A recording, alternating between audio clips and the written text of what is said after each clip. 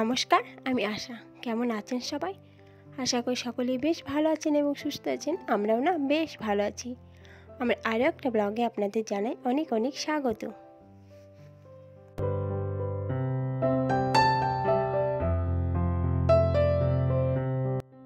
আজকে হচ্ছে বুধবার আর এখন বাজে ওই 7:15টার মতো। আর এখন থেকে আমি আমার ব্লগটি স্টার্ট করলাম।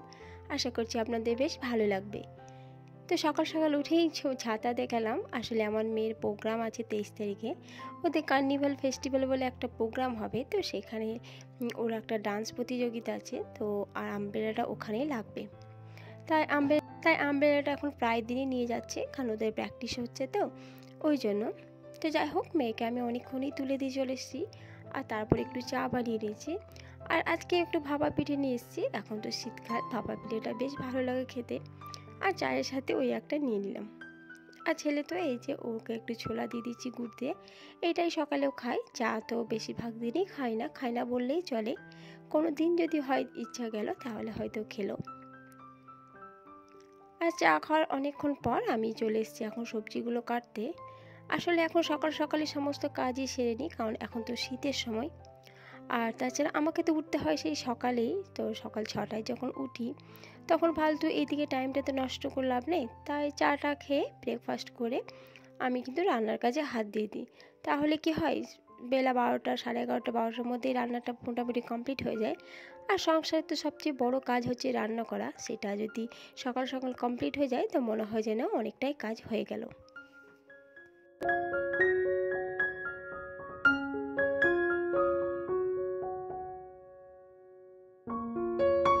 আর এখন যেহেতু শীতকাল আর বেলা গড়াতে গড়াতেই তো সময় শেষ। শীতকালের সময়ের সাথে তো পেরে ওঠা যায় না। তাই একটু তাড়াতাড়ি দেখি সকাল দিকটা যতটা সম্ভব রান্নার কাজটা সেরে নিই, তাহলে নিজেরও অনেক সুবিধা হয় আর নিজেও একটু সময় পাওয়া যায়। তাই সবজিগুলো আমি সবই কেটে নিয়েছি। আর এদিকে যে গতকালের কিছুটা মাছ ছিল, সেই মাছটা আগেই ফ্রিজ থেকে আমি বের করে রেখে দিয়েছিলাম। তো একটু ঠান্ডাটা ঝরে গেছে, তারপর এই যে মাছগুলো ভেজে নিচ্ছি। আজকে একটু মাছের ঝোল বানাবো আলু দিয়ে। অনেকদিন আলু দিয়ে খাওয়া হয়নি। আর আলু দিয়ে এই ঝোলটা বানালে মেয়েটাও তো বেশ ভালোবাসে। ও ডিমের সাথে আলু বা মাছের সাথে আলু বেশ পছন্দ করে। ওর আলুটা খেতে ভালো লাগে। তো আলুটা প্রথমে আমি গোল গোল করে কেটে নিয়েছি আর তারপরে এই যে মাছটাও ভেজে নিয়েছি। আর এখন পেঁয়াজ বেটে মশলা করে যেমন আলুটা কষিয়ে নেয় সেরকমই রান্না করে দেবো। এখনকার তো আলু সেদ্ধ হতে বেশি সময় লাগে না, খুব অল্প সময়ের মধ্যে কিন্তু আলুটা সেদ্ধ হয়ে যায়। আর খেতেও কিন্তু বেশ ভালো লাগে।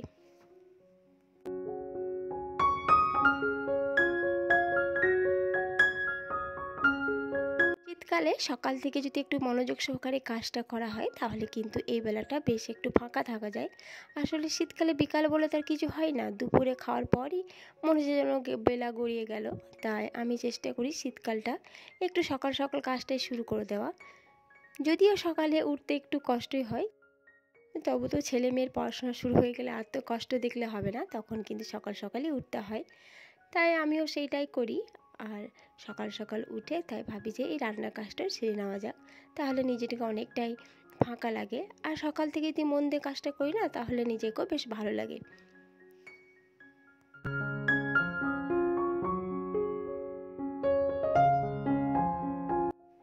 আর অনেকক্ষণই আমার রান্নাটা কমপ্লিট হয়ে গেছে।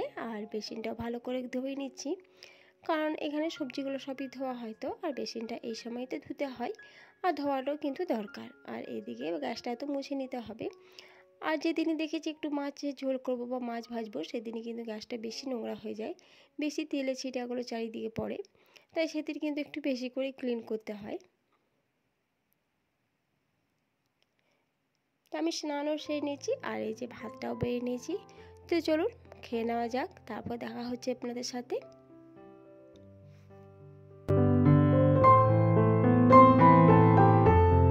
এখন সন্ধ্যার সময় ওই 5:30টার মতো বাজে। সেই দুপুরে খাওয়া দাওয়া করেছি, তারপর মেয়েকেও নিয়ে এসেছিলো হাজব্যান্ড। মেয়েকেও চান করিয়ে খাইয়ে ওকে একটু রেস্ট করেছিলাম। তো ও এখন ঘুমাচ্ছে আর আমি তো উঠে পড়েছি। আমার তো আর ঘুম হয়নি, আমি একটু ওর পাশেই শুয়েছিলাম। তো এই যে উঠে এখন দরজাগুলো সবই লাগিয়ে নিচ্ছি, কারণ সন্ধ্যা দেওয়া হয়ে গেছে আর দরজাগুলো খুলে রাখবো না।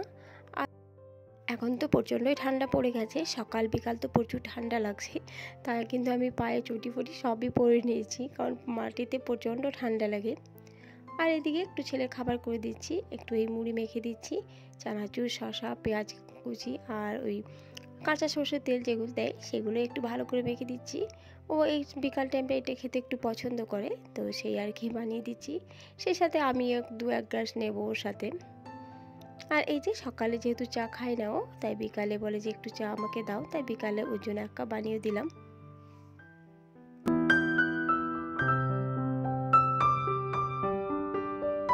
আমরা যতই যা স্ন্যাক্স খাই না কেন, মুড়ি বলুন বা মুড়ি মাখা বা চপের সাথে সিঙ্গারার সাথে মুড়ির যে স্বাদ, আমাদের কিন্তু ওইটাই বেশি ভালো লাগে। আর ছেলেও চলে এসছে দেখো খেতে, ও ক্যামেরার সামনে এসছে। তো যাই হোক, আর মেয়ের জন্য খাবারটা বানিয়ে নেব। তো মেয়ের জন্য আজকে একটু ওই বাদাম খেজুর দিয়ে একটু দুধটা ভালো করে মিক্সড করে নেব, অনেকদিন এইভাবে খাওয়ানো হয়নি। আমার আজকের ভিডিওটা আপনাদের কেমন লেগেছে অবশ্যই কমেন্টের মাধ্যমে জানাবেন। যদি ভালো লেগে থাকে প্লিজ একটা লাইক দিয়ে আমার পাশে থাকবেন। আর চ্যানেলে যদি কেউ নতুন হয়ে থাকেন প্লিজ চ্যানেলটি সাবস্ক্রাইব করার অনুরোধ রইল। আর পুরনো যে বন্ধুরা আছে তাদেরকে তো অসংখ্য ধন্যবাদ। তো দেখো আমি দুটো খেজুর আর কয়েকটা কাজু আর কয়েকটা পিস্তা বাদাম দিলাম, আর এটা এখন ভালো করে একটু পেস্ট করে নেব।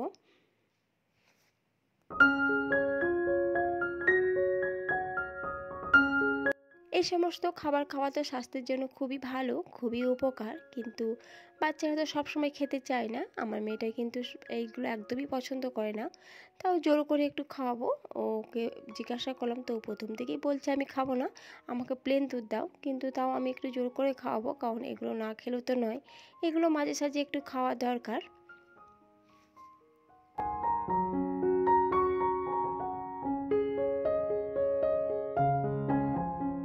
আর এই যে হয়ে গেছে আমার মিল্কটা রেডি করা, তো মেয়েকে এখন খাইয়ে দেবো। ও এখন ঘুমাচ্ছে, তো ওকে উঠিয়ে দিয়ে গেলাম একবার, আর ও আবার শুয়ে পড়েছে। আসলে স্কুল থেকে একটু জার্নি করে আসাতে ওই জন্য একটু টায়ার্ড হয়ে যায়। তো যাই হোক, ওকে একটু বুঝিয়ে সুঝিয়ে উঠিয়ে খাওয়াতে হবে। আর এখান থেকে আমিও আপনাদের থেকে বিদায় নিচ্ছি। আশা করছি আপনাদের বেশ ভালো লেগেছে। তো দেখা হবে আবারও একটা নতুন ব্লগে, ততক্ষণ ভালো থাকবেন, সুস্থ থাকবেন, ধন্যবাদ।